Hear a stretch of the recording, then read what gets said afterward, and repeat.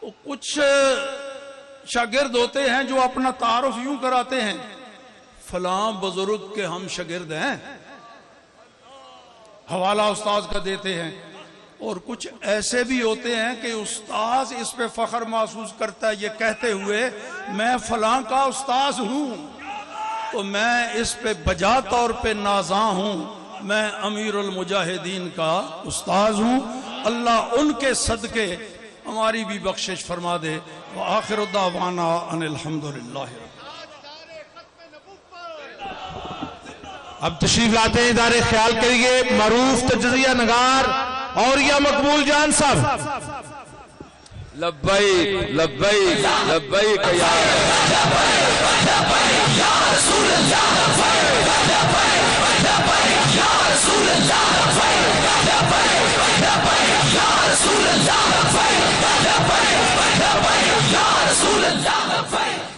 الحمدللہ الحمدللہ وکفا وسلام علی عبادہ الذین اصطفیٰ.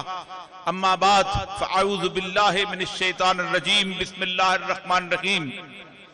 علماء کرام، مجھے اپنی کمائیگی کا، اپنی کم علمی کا احساس ہے.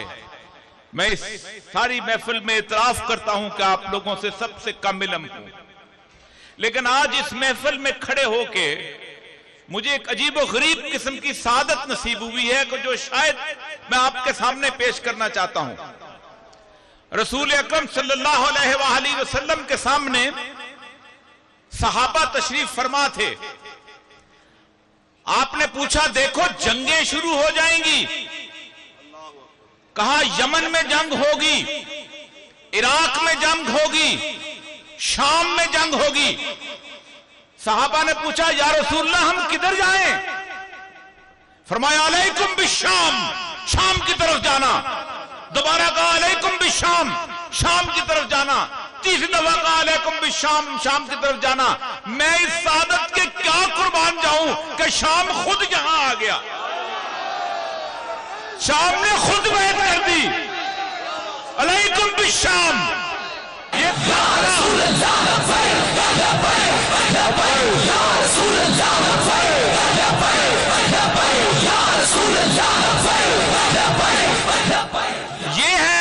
یہ ہے وہ دھرتی جس کے بارے میں رسول اللہ کی حدیث اقبال بیان کرتے ہیں اور کہتے ہیں میرے عرب کو آئی ٹھنڈی ہوا یہاں سے. میرے نبی پاک سید الانبیاء صلی اللہ علیہ وسلم کو اور اس خطے سے ٹھنڈی ہوا آتی تھی، اس خطے میں شام چل کے آ گیا. علیکم بالشام. میں زیادہ باتیں نہیں کرنا چاہتا، اس لیے کہ علامہ صاحب کی زندگی کے چند لمحوں کے طفیل مجھے وہ کیفیتیں حاصل ہوئی ہیں کہ جو 65 سال کی عمر میں حاصل نہیں ہوئی تھی.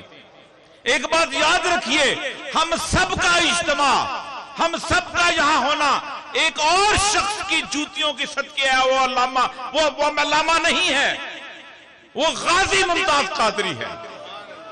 میں سچی بات کہتا ہوں، کھل کے کہتا ہوں کہ اس شخص کی قربانی یہ ثابت کر گئی تھی کہ اس دھرتی میں بھی لوگ زندہ ہیں. یہ میڈیا کے لوگ بیٹھے ہیں. ایک آخری ازالہ کر کے جانا چاہتا ہوں. بہت سے لوگ کہتے ہوں گے کہ سلمان تاثیر نے کوئی ایسی کیا بات کہہ دی تھی کہ اس کو قتل کر دیا گیا. میری آخری جو اس کی ٹی وی کے اندر مناظرہ ہوا تھا وہ میرے ساتھ ہوا تھا ایک شو کے اندر. آسیہ نے چند لوگوں کے سامنے رسول اللہ کی توہین کی تھی. ایک شخص، میں مثال دیتا ہوں، کوئی بندہ آ کے کہے آپ سے کہ آپ کے باپ کو کسی عورت نے 6-7 لوگوں کے سامنے برا بلا کہا ہے، اور ایک اور شخص ٹی وی کے یہ کیمرے لے کے اس عورت کے پاس پہنچ جائے اور آپ کہیں گے کہ یہ کون ہے اور وہ بیٹا ہو، تو پھر آپ کیا کہیں گے اس بیٹے کے نام پہ؟ اس نے 22 کروڑ لوگوں کے سامنے ان لوگوں کا دل چل نہیں کیا تھا. کوئی شک نہیں ہے مجھے اس کے گستاخ ہونے پہ، کوئی شک نہیں ہے. گستاخ رسول کی ایک سزا، گستاخ رسول کی ایک سزا. میں نے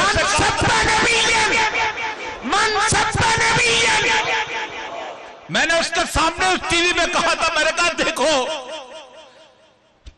اس نے ایک گاؤں میں گستاخی کی تھی. تم نے 22 کروڑ لوگوں کے سامنے میرا دل چھلنی کیا ہے. اور ایک شخص نے وہ ثابت کیا کہ ہاں ابھی دیوانے اور فرزانے موجود ہیں. اقبال جب اس دنیا سے رخصت ہو رہے تھے تو انہوں نے ایک شعر کہا تھا, بڑا عجیب و غریب شعر ہے. آج مجھے علامہ خادم حسین رضوی صاحب کو یہاں کھڑے ہوئے آخری دفعہ مجھے یاد ہے اچھی طرح, چند عرصہ پہلے میں ان سے ملاقات کے لیے حاضر ہوا تھا, ان کی دستبوسی کے لیے حاضر ہوا تھا. علامہ اقبال نے کہا تھا سرود رفتہ باز آیت آیت, کہ پتہ نہیں پرانے لوگوں والی خوشبو دوبارہ واپس آتی ہے کہ نہیں. نصیبیں از حجاز آیت کے نہ آیت, کہ حجاز کی ٹھنڈی ہوا دوبارہ آتی ہے کہ نہیں آتی اگر میں چلا گیا. سرآمد روزگار ای فقیرے دیگر دانائے راز آیت کے نہ آیت, کہ اس فقیر چلا گیا ہے پھر دوبارہ کوئی دانائے راز آتا کہ نہیں آتا ہے. آج اتنا عرصہ گزر گیا ہے. سچی بات یہ ہے کہ اس قوم کو جو تحفہ علامہ خادم حسین رضوی کی صورت ملا تھا, ذکر کرتے ہوئے تکلیف ہوتی ہے کہ آج ہماری آنکھوں سے اوجھل ہے. کوئی ہم میں خطا ضرور ہے ایسی. میں اپنے گربان میں جھانکتا ہوں تو کچھ لگتا ہے مجھ میں خطا ضرور ہے.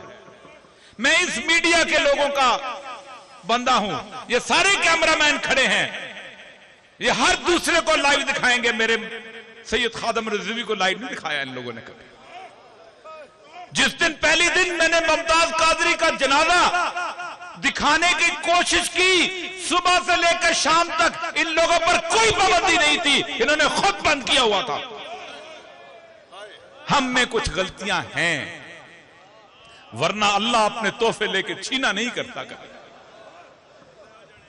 دعا کریں اللہ تبارک و تعالی یاد رکھے ایک سنت جو علامہ خادم حسین رضوی صاحب نے زندہ کی تھی اسی کو زندہ رکھیے گا. ہم سب کا ایمان ہے کہ سید الانبیاء صلی اللہ علیہ وآلہ وسلم زندہ ہیں, اور زندہ ہونے کے وقت کسی اور کو قائد نہیں مانا جا سکتا, کسی اور کی لیڈرشپ نہیں چل سکتی.